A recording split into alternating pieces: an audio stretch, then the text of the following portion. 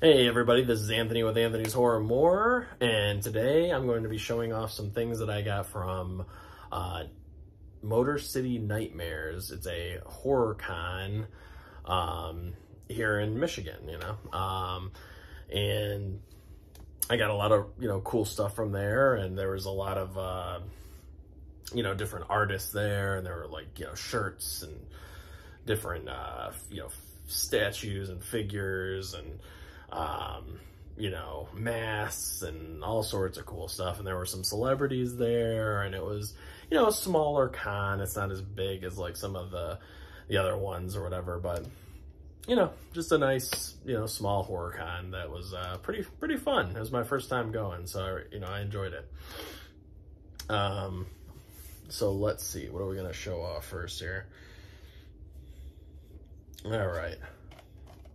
So I was perusing all the different stands.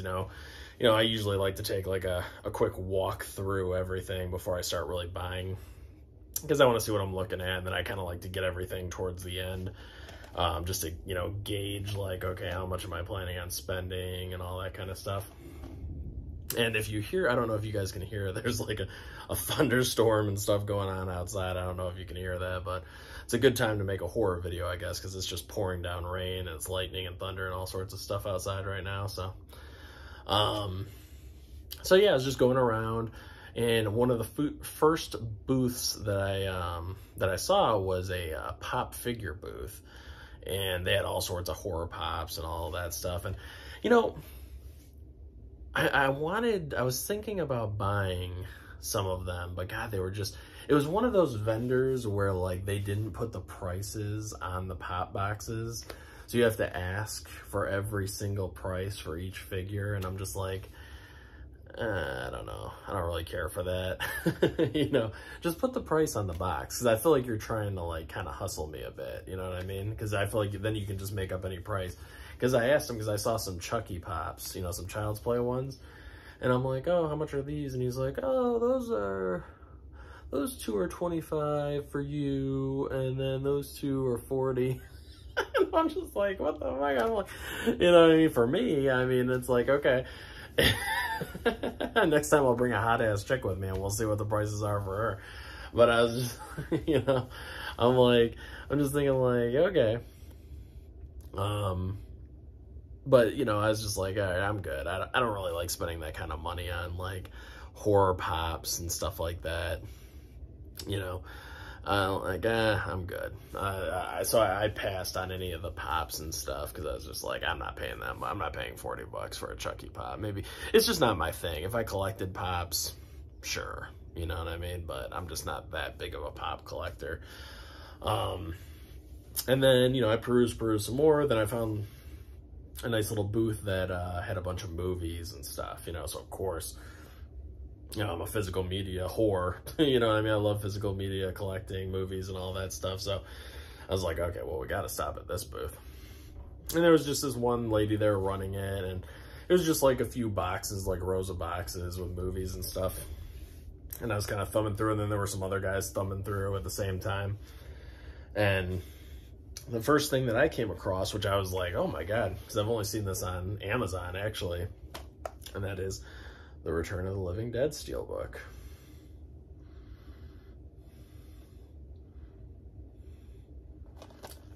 The Return of the Living Dead. Not really anything on the back. Back actually kind of reminds me of like a Blair Witch type setting, like the woods and stuff. And then there's the inside. There's the full thing. So yeah, pretty cool. There's the spine.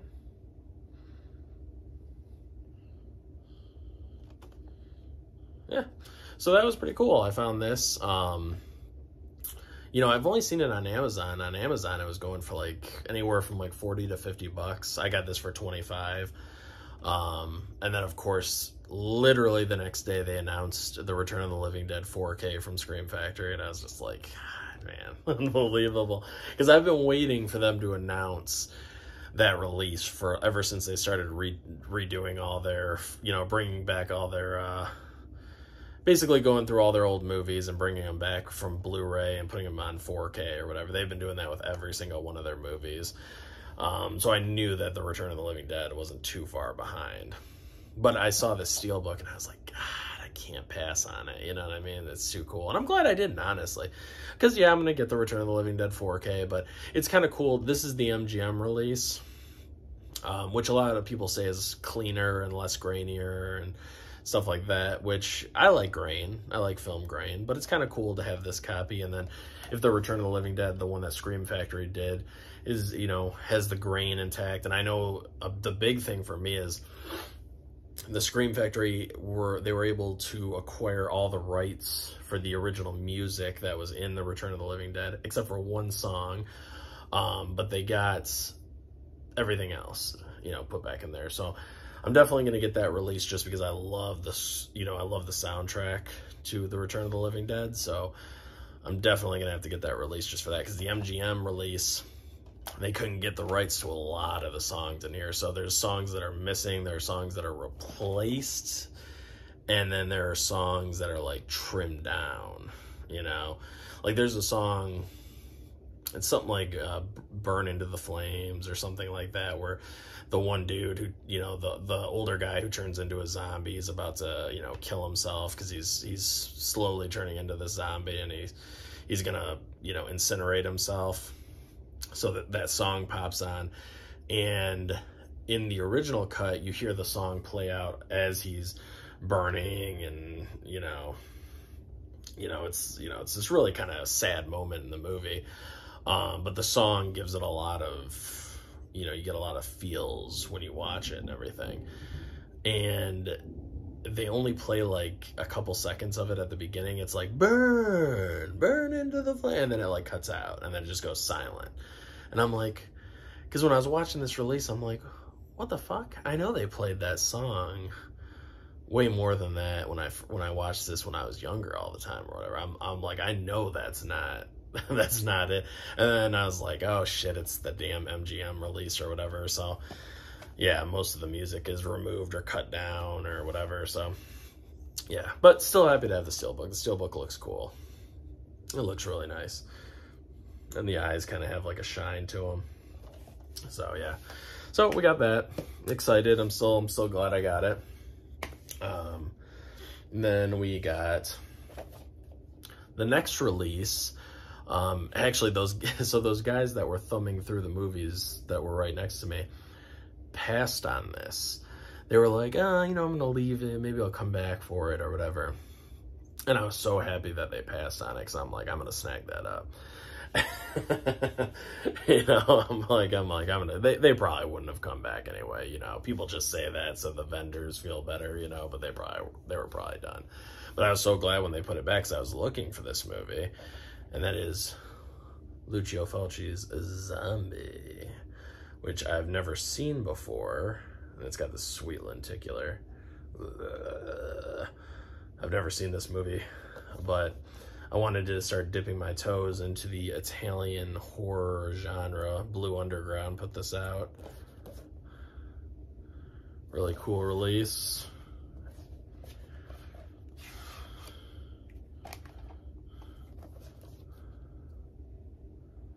Yeah. And then you got the inside. Oh, let me check these booklets out.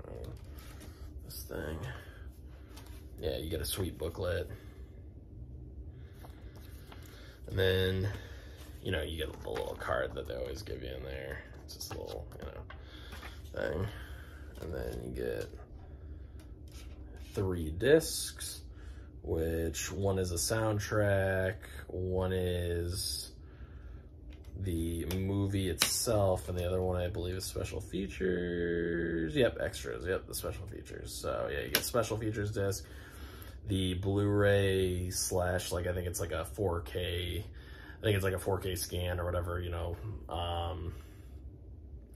And yeah, you get the music.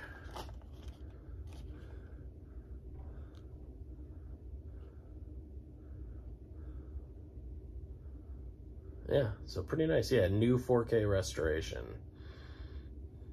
on the Blu-ray. So that's pretty cool. And then it does have reversible cover art.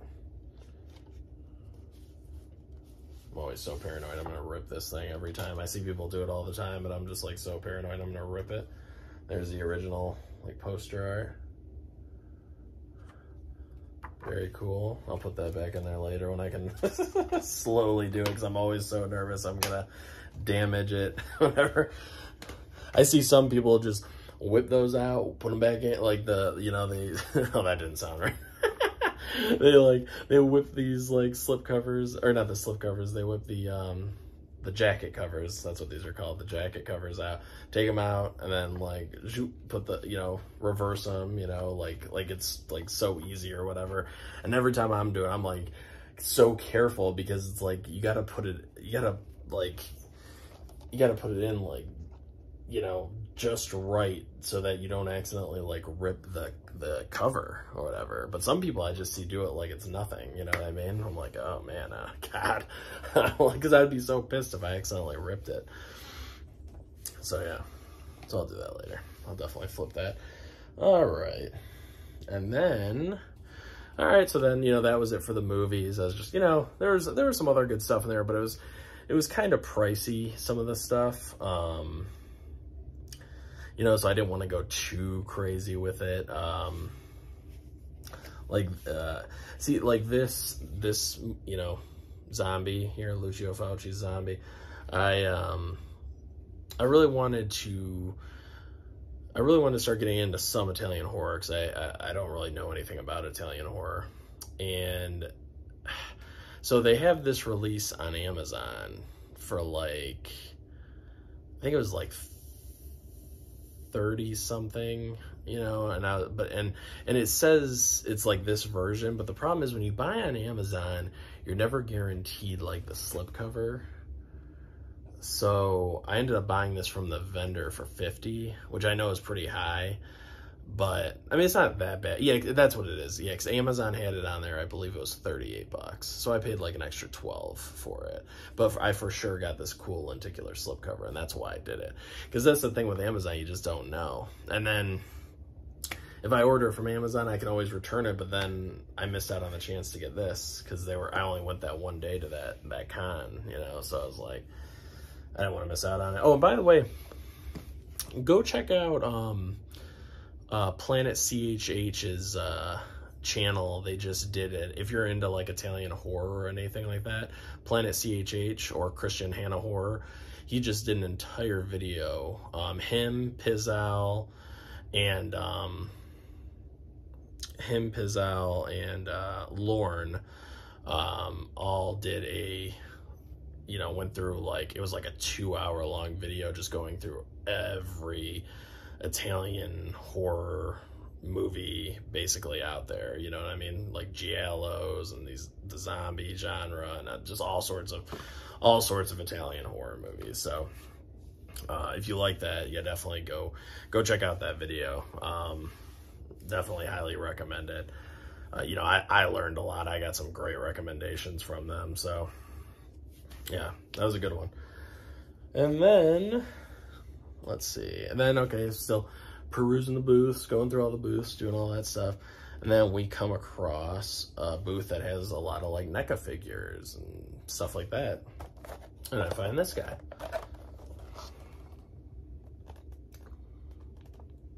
This is New Nightmare, Demon Freddy. And I wanted to show, I didn't take him out, you know, I'm an out-of-box collector, so I will eventually take him out of here. But I wanted to show off the packaging because I just thought it was so nice. I love that like poster artwork that they've got there. You know, and then they got like the pillar back here. They got his claws, you know, just really nice. They did such a great job with the sculpt too. The sculpt is insane. I might have to show that off better when I take it out of the package, because the glare is kind of not doing it justice, but that head sculpt is insane. There's the back.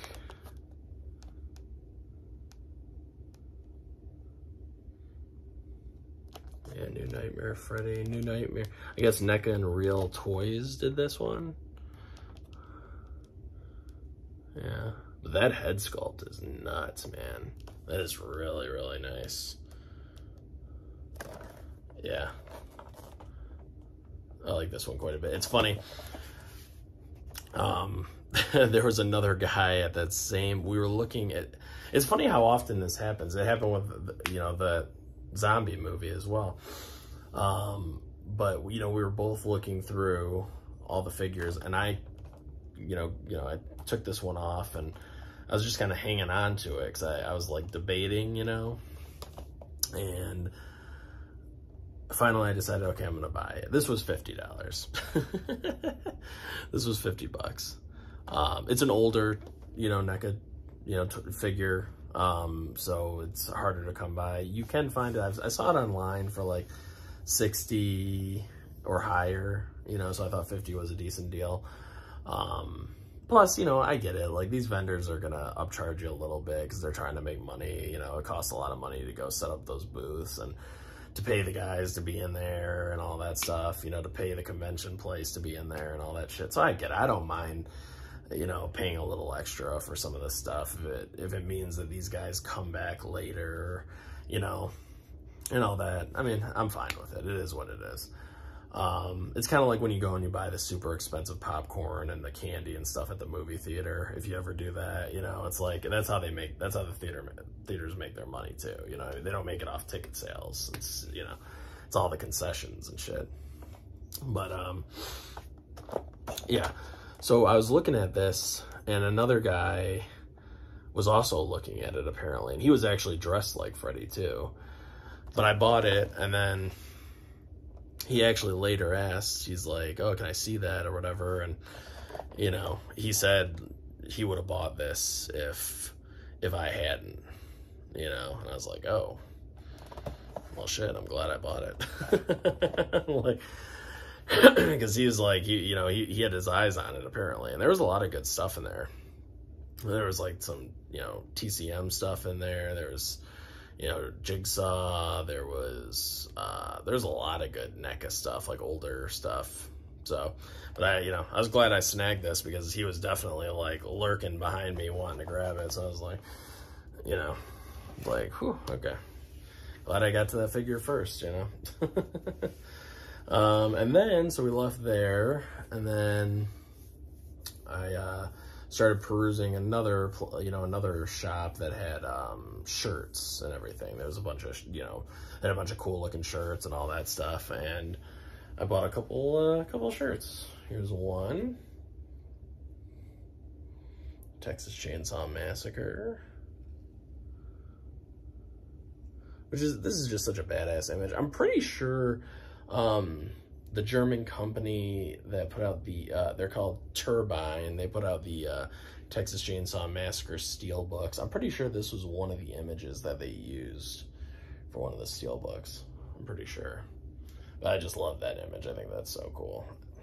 And I wanted to have like a nice TCM shirt because I've got a bunch of like Halloween and Freddy and Jason and all that. So I had to get one of Leatherface. You just don't see them around too often.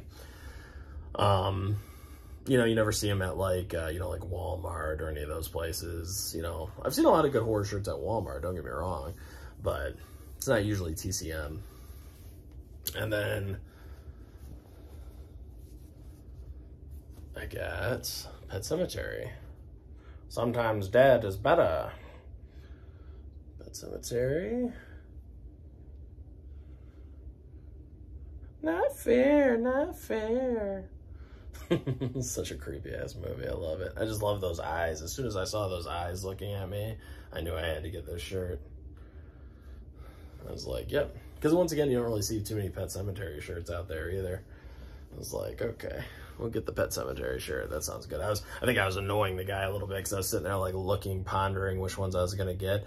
And then it's such a small convention center that like people are like kind of trying to get through and stuff. And I'm like kind of like, I'm not trying to block the aisle, but it's really tight. And I'm just sitting there looking and like contemplating, which one should I get? Which one should I get? You know, because they were like, you know, they were like 2 for $50. The shirts were 2 for, so they're, you know, it was a little bit of a deal. I wear a double XL, so the double XLs were a little bit more or whatever, but it was 2 for $50, which once again, I know it's high for sure. I know you can go to Gutter Garbs or, you know, Cavity Colors and pay $25 and get like a even nicer shirt and all that. I know, trust me, I get it. But when you're there and you're in the moment, you just want to enjoy it and spend some money on stuff, even if it's a little overpriced, you know. I mean, honestly, those shirts, though, if you go on Amazon or other places, they're that price. So I don't know, you know. But, you know, I liked them. I thought they were cool. So I got those shirts, and then that was it for the con. That was it. That was like all the stuff that I bought. So I didn't go like too crazy. I got a couple of movies, a couple shirts, I got a figure, and I was happy with that. You know, that was good. But then I also went, my mom and I actually both went. We went to the, there was a panel. My mom's also into horror and stuff, so she, you know, we do, you know, a lot of this stuff together because she enjoys going to like, you know, cons and stuff like that too. So like, you know, she enjoys checking out the stuff, you know, she does. I've kind of gotten her into horror more, you know, horror more, but, yeah, I kind of got her into it, you know. I started watching like the Halloween movies, and she really likes Michael, and we watched some Freddy stuff and some Jason stuff, and just like, you know, well, you know, throughout, you know, so it was fun, you know. She enjoys like kind of looking through all that stuff too and everything. And then, yeah, so then we went to a panel that had Tom Savini. Because the tickets for this thing were $35 a piece, which to me, for what this convention was like a little bit steep. You know, I would have understood if it was like 15 to 20, but $35 a ticket, I mean, that's like going to like a Comic-Con, you know what I mean? Like where they have like a big whole, you know, like they take up like a whole damn showroom, like a huge, you know, you know, so it was a little pricey, you know, for what it was, you know, because it wasn't that big of a con. It really wasn't. I mean, it was one big kind of room, but it wasn't that big, you know. Like I said, it was very cramped. And then there was like another smaller room where there was some stuff, and then they did like some panels in like another room separate. And I only went to one panel, but in my opinion, it was the best one. It was Tom Savini. Tom Savini, you know, who's 74 years old, so who knows how many more panels he's going to be doing. Yeah, it was fun. My mom and I got to go check out the Tom Savini panel, and it was hotter than fuck in that panel. It was like, the guy even said I turned the air on twice or whatever, but I think he kept turning off or something. It was so hot in this room. I was like, it was hot. It was a little claustrophobic. It was just like, because there's so many people in there. Even Tom Savini was like, it's fucking hot in here, isn't it? It's like, because everybody's like going like this and shit. Like, Jesus, you know. And then, of course, you know, with COVID and all that, we're all breathing in. We're all in this tight little room and all that. But I don't know. It didn't bother. It wasn't that big of a deal, but it was just kind of like, it was just like, Jesus, man.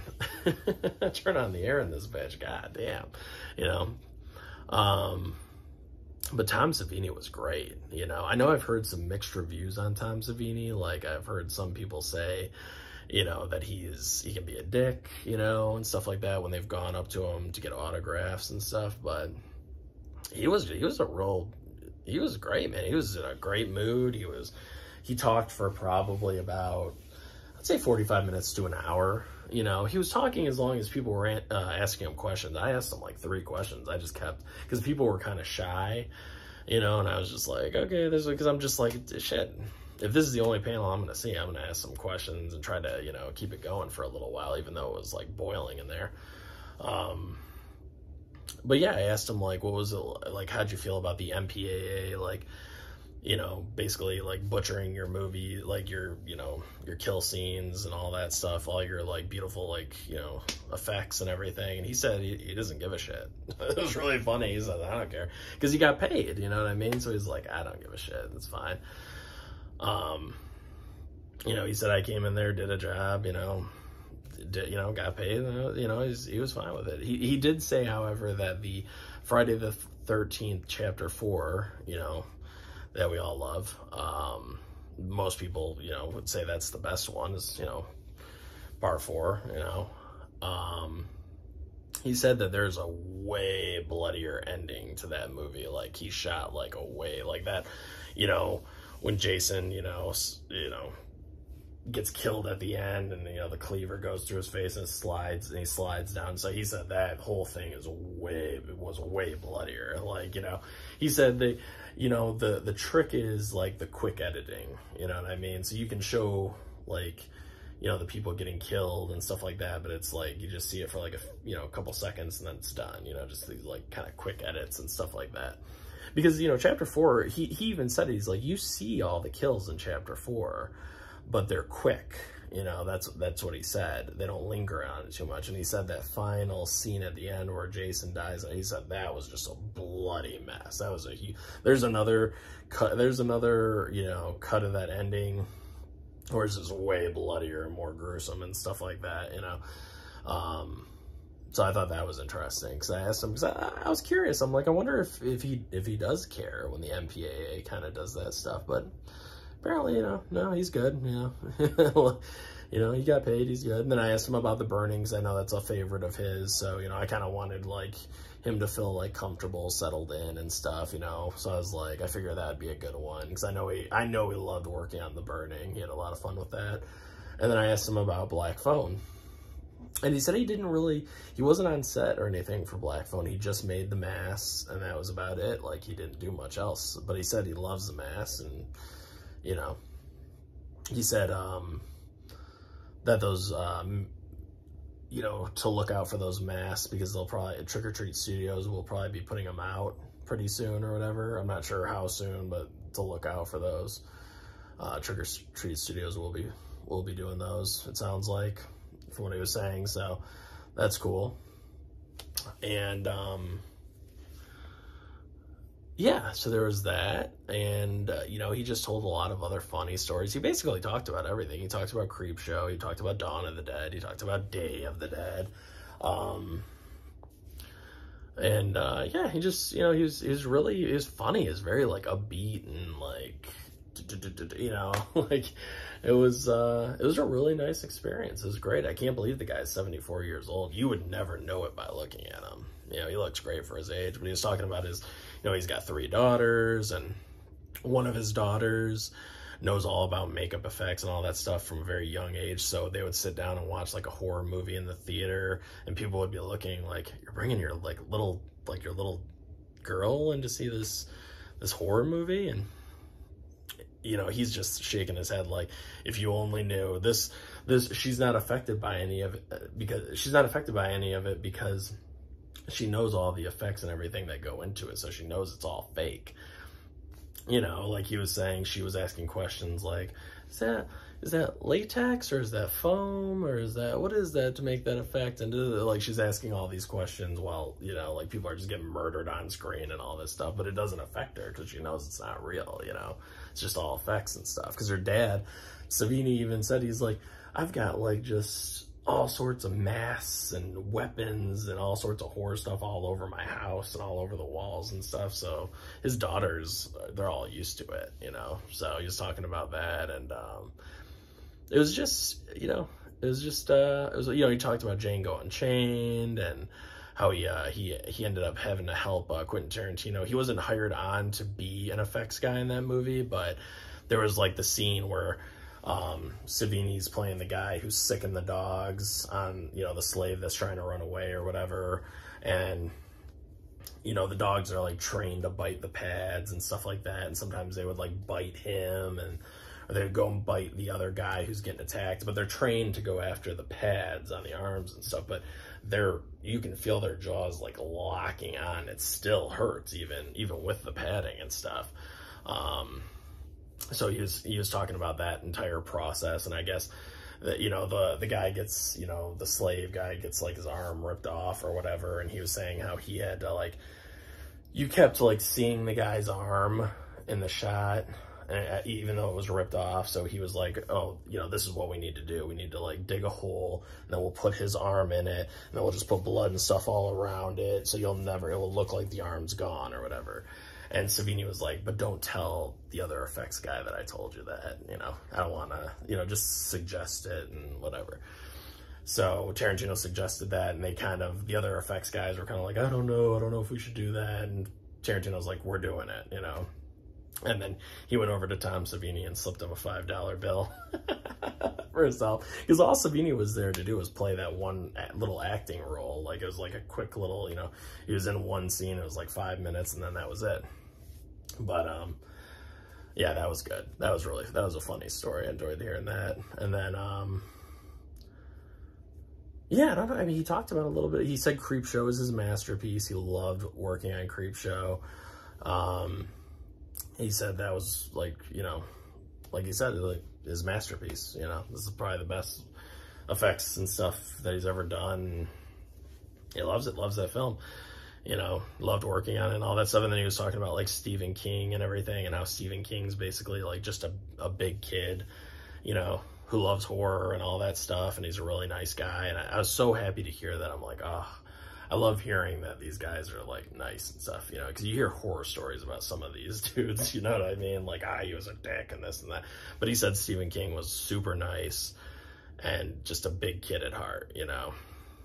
And he was telling a funny story where I guess Stephen King was like walking down the road and he was reading a book and he was drinking a water or whatever, and he's like walking and he's like almost about to get hit by a car because he's not paying attention at all. You know how they say people do that with cell phones? Stephen King's doing it with a book. You know, he's reading the book, drinking a water, and he's not even paying attention at all. He's about to run into traffic. And Savini like saw him and he pulls up and he's like, you want to ride, Steve? You know, and Steve just gets in the car or whatever. It's like, I just thought that was so funny. Yeah, there's a lot of cool stories, man. He was just really nice guy, really cool guy. So I enjoyed it. I'm so glad that I got to see him in person, just because, like I said, he's 74 years old.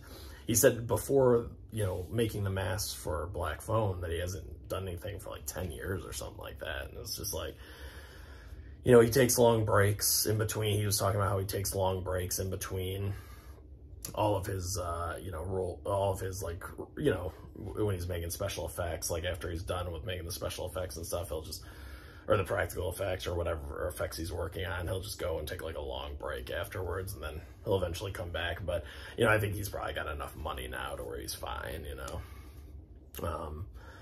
You know, so yeah, I just thought that was really cool, you know. Definitely interesting stories, really nice guy. Definitely glad I got to see him. But then, so yeah, that was my experience, and my mom had a great time too. She really enjoyed, you know, Savini and all those stories as well. She got a kick out of it, you know. Yeah, it was just a good time. It really was. And I was glad. I had a feeling Savini would be a good storyteller. You know, I've seen him in interviews and stuff, so I figured he would be a good one. You know, because if I thought he was going to be boring or whatever, I probably wouldn't have gone. But I knew he would be good, you know, if he was in the right mood especially, and he was in a good mood and everything. So I was like, oh, that was perfect. That was worth the ticket price. You know what I mean? That was worth it. Like, seeing that panel, you know, seeing Tom Savini. And they had some other guests too. They had, you know, the one lady from Halloween, you know, Laurie Strode's like best friend, you know, the kind of bitchy one. I forgot what her name is, but she was there. And then, you know, they had, you know, there's a girl from Friday the 13th Part 4, and then there was the guy who was like the main zombie in Land of the Dead, and there's a bunch of people there, you know. There's a bunch of, you know, but I'm not a big autograph guy, so I didn't get any autographs or anything, but there were definitely some cool people there. It was nice to see them. Oh, the kid that's in Pet Sematary was there too. The kid that gets, spoiler alert if you haven't seen Pet Sematary, but the kid that gets hit by the semi-truck or whatever, he was there. He's also the kid from Kindergarten Cop and stuff, you know, and all that. But yeah. All right, so, but I do have a couple more things to show off. And that is Dario Argento's Tenebrae from Synapse Films. Beautiful release. like I said, I'm kind of, God, look at this, man. This cover is insane. Synapse just killed it. This is a nice Arrow box set. Do the old Pop's knock. Go check out Pop's Movie Dungeon. Another great, you know, he loves to talk about, another YouTube channel that loves to talk about horror and stuff like that. So physical media and all that, so definitely check him out. We always call that the Pop's knock when it's like a hard box case like this. Very much like the like an Arrow release, which is really cool. And then I did flip the artwork on this one. That's the original poster art right there.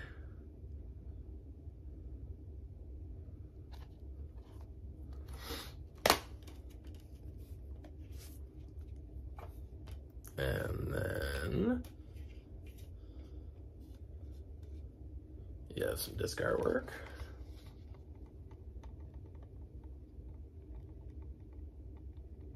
Which is pretty cool, pretty cool. And then you get a poster, which I just don't want to unfold it right now because sometimes it can be a bitch to fold back up or whatever. But yeah, you get like a nice poster. I'm sure you can see it online if you want. Then you get the booklet, of course. Nice, you know, decent sized book there. And you get the little, you know, art cards.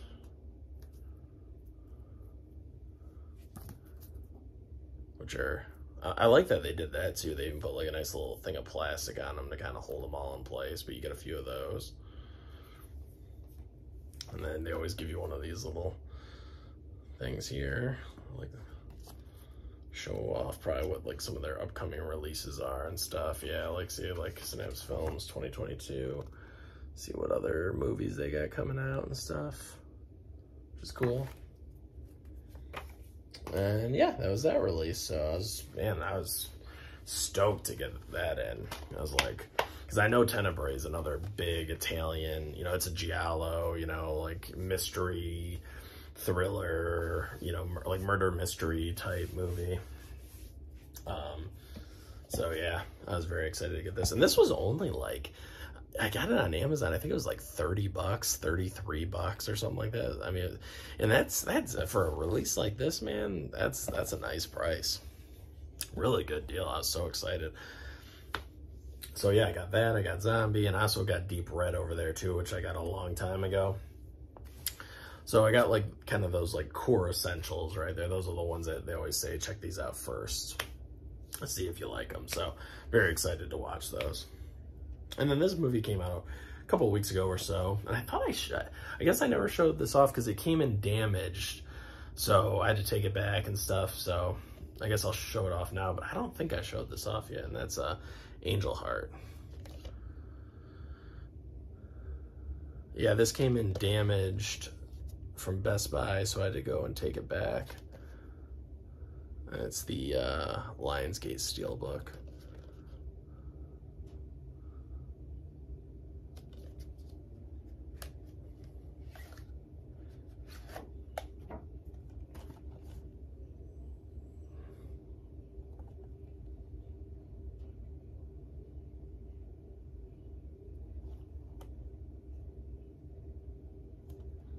Yeah, this is a really good movie, actually. I really enjoyed this. I did get a chance to check this out, which was nice. You got Mickey Rourke and Robert De Niro. I like how you get the whole picture there. Yeah, this is a also a like murder mystery, you know, type movie. Like a noir mystery, you know, type of a movie. I don't really want to give anything away with it, but it's a bit of a slow burn, you know, which isn't bad. I'm just letting you know it is kind of a slow burn. So when I first watched this, I was kind of, I'll be honest, I was kind of tired, and I wasn't like super feeling the movie, you know what I mean? It was good. I enjoyed it, but I was kind of tired, and I think I need to go back and rewatch it again when I'm not so tired. and really experience it again. But I did enjoy it. It was good. It was very well acted. It was very well directed. Cinematography was great. Everything was great. Like, it was really well done. But I think I was just a little too tired when I watched it for the first time, so I need to go back and watch it. But it's definitely a good watch. I definitely, recommend it, because I like slow burns. I'm a slow burn type of, and I love a good mystery, a good murder mystery type movie too, especially when it's dark, when it's got like that dark, gritty kind of like Seven, Silence of the Lambs, Tenebrae from what I hear, Deep Red from what I hear. I haven't seen those yet, but so I love those like atmospheric, kind of like how it is right now outside, very rainy, lightning, thunder, I love that scene, I think that's really cool. So definitely check out Angel Heart, and yeah, go grab this Steelbook too. It's a Best Buy exclusive. It's only $20. So if you're gonna buy it, I mean, it's a 4K, it's a Blu-ray, you get a digital code. I mean, you can't really get much better than that. Lionsgate's just killing it. I can't praise Lionsgate enough, man. They are killing it with their Steelbooks. Every single one that comes out is just so good. So good. And they're just so affordable. I mean, they're only $20 for the most part. Some of the newer ones, if it's like a new release, will be more. But the older ones that they're bringing back to 4K and stuff, those have all been like $20 for the most part. So it's a good deal. So that was it, guys. That was like the whole spiel right there. That was the whole thing, Sorry, I know it's another long video. I'm a long-winded guy, guys. I don't know. It's hard for me to make quick 10-minute videos. I just can't do it. I know the YouTube algorithm punishes you for making like long videos like this, but I don't know. For me, it's just having fun. I'm just talking into the camera and having a good time, whatever. Hopefully some people get something out of it, But this is Anthony's Horror and More. Thank you so much for watching. Please subscribe, leave a like, comment down below. Tell me if there were any horror cons by you. Maybe you got some cool stuff. Maybe you got some stuff signed. I know a lot of people like autographs and stuff. Tell me about your experience. I know another YouTuber, Side Hustle Cinema. He goes to a lot of horror cons and stuff like that. He checks out. He's a big autograph collector. He likes to get posters signed and all that kind of stuff. He's another good channel too, Side Hustle Cinema. Definitely check him out. I love watching his, like, he wears like these glasses, these spy glasses that like record, what's going on in front of you or whatever. So he'll go to like these horror cons and stuff and he'll record everything that's going on there. So like he'll go talk to the celebrities and he'll be recording it, and then, he'll take it back home and edit it and stuff and then post it on YouTube. And I love those videos. I think they're a lot of fun. It's fun. I like walking through different cons and stuff, because you never know what cool stuff you're gonna find. Because, if you're not at a horror con, it's really tough to find good horror like merchandise out in the wild. Like outside of like Neca, there's not like a ton. You basically have to go to a horror con, or you have to go to Spirit Halloween, which is, is only here for like, a couple of months, if that. So it's tough. It's like there's not a lot of places to go buy good horror merchandise, unless you just want to go on eBay or Amazon, which is okay. It's fun, but I like to find it out in the wild. I like that thrill of the hunt, I think that's fun. But yeah, please, yeah, I'd really appreciate you leave a like on the video, subscribe, all that good stuff, comment down below. I appreciate it. I do enjoy reading the comments. I think it's fun. And I'll catch you guys on the next one. Peace out.